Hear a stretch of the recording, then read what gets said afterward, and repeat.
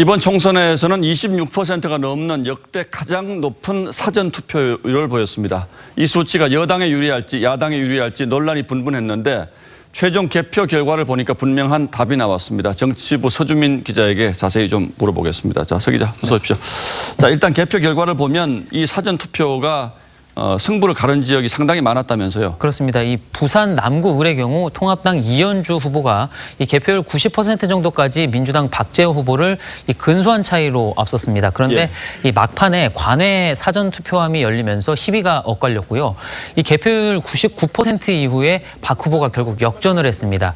표차는 1,430표였습니다. 근데 관외 사전 투표에서 이 박 후보가 이 후보보다 1,800표 가량 더 얻었으니까 이 사전 투표가 뒤집었다고 해도 과언이 아닐 겁니다. 이 충남 천안 갑의 민주당 이 문진석 후보도 통합당 신범철 후보를 불과 1,300여 표 차로 승리했는데 이 문 후보가 관외 사전 투표에서 2,400여 표 가량 더 얻은 게 결정적이었습니다. 자, 관외 사전 투표 그러니까 그 지역의 주소지는 가지고 있으면서 다른 곳에 사는 사람들의 사전 투표가 승부를 이렇게 갈랐다는 거죠? 그렇습니다. 자, 그럼 앞에만 본다면 민주당이 사전 투표 덕을 많이 본 걸로 볼 수 있습니까? 그렇습니다. 이 서울의 경우 이 49석 가운데 민주당이 이번에 41석을 가져왔는데요. 이 서울 지역의 후보별 전체 득표수와 또 관외 사전 투표로 얻은 득표수를 전수 분석해봤습니다.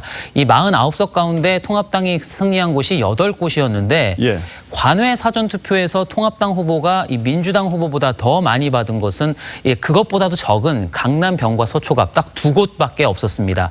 그나마 서초갑은 사전투표 표차가 딱 한 표 차였습니다. 자, 그러니까 사전투표만 본다면 적어도 민주당이 압도적인 우위를 보였다 이렇게 볼 수가 있겠네요. 그렇습니다. 그래서 그 우위 정도가 얼마나 되는지를 또 한번 알아봤습니다. 그랬더니 민주당 후보들의 전체 득표수가 통합당 후보에 비해서 평균 1.3배가 많았는데 관외 사전 투표만 따로 놓고 봤을 때는 거의 2배에 가까운 1.9배가 많았습니다. 그러니까 이 서울 지역 사전 투표만 놓고 봤을 때 유권자 한 명이 통합당 후보를 찍을 동안 거의 2명 가까이가 민주당 후보를 찍었다는 얘기입니다. 자, 그러니까 결과적으로 분석을 해보자면 통합당을 지지하는 분들은 사전투표를 적게 했고 민주당을 지지하는 분들이 상대적으로 사전투표를 많이 했다 이렇게 볼 수가 있겠네요. 그렇습니다. 20대 총선 땐 그 10대, 20대의 사전투표율이 높았는데 이번엔 50대의 사전투표율이 가장 높았습니다. 이 당일 투표의 분석 결과가 나와 봐야겠지만 30, 40대뿐만 아니라 이 50대까지도 표심이 여당 지지 쪽으로 쏠린 것으로 보입니다. 자, 그럼 이번에는 지상파 출구조사 얘기 간단하게 좀 해보죠. 지상파 3사 출구조사가 이제 어려우니까 20석 이상 이렇게 레인지를 넓히고서도 정확히 맞추는 곳은 단 한 곳도 없었는데 이것도 역시 사전투표가 포함되지 않은 한계 때문이라고 볼 수가 있겠군요. 그렇습니다. 하지만 이 상당히 틀릴 것이라는 우려도 사실 많았던 것에 비해서는 선전했다는 평가도 있습니다. 투표 마감 직후에 공개된 이 지상파 3사의 출구조사 결과 이 민주당이 최소 153석에서 최대 178석을 얻을 것이라고 전망을 했는데 실제로는 최대 예상치보다도 2석이 많은 180석을 확보를 했습니다. 결과적으로 보면 이 민주당 지지세가 많았던 사전투표 표심이 덜 반영됐었던 거라고 볼 수 있겠습니다.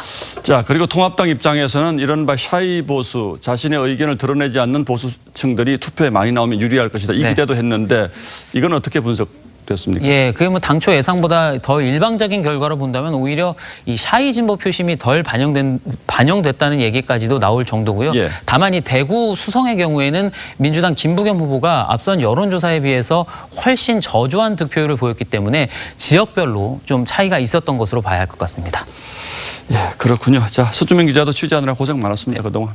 감사합니다.